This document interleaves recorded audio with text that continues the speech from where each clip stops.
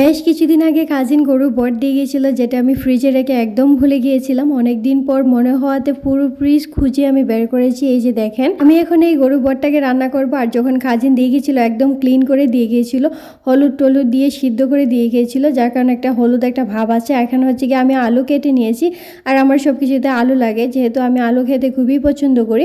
আর এখানে পেঁয়াজ টেয়াজ যা কিছু লাগে ব্লেন্ডার করে নিয়েছি।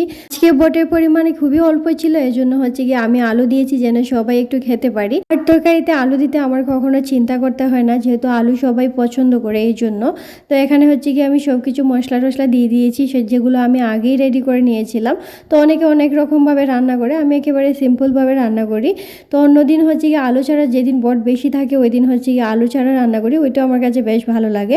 তবে আলু দিয়েও আমার কাছে ভালো লাগে। যখন বটের পরিমাণ একটু কম থাকে তখন আমি আলু দিয়েই রান্না করে থাকি।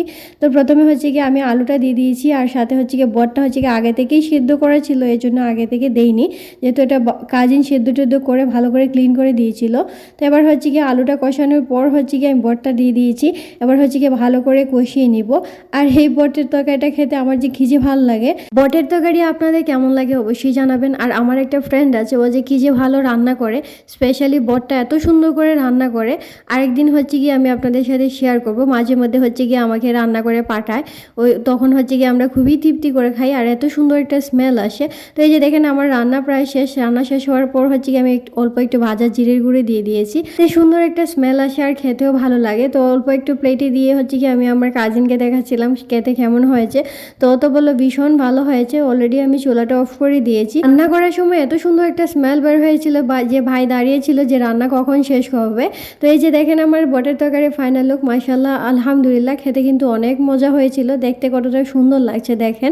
এবার হচ্ছে কি আমি ভাইয়ের জন্য বেড়ে নিব, হচ্ছে গিয়ে দাঁড়িয়ে আছে খাওয়ার জন্য।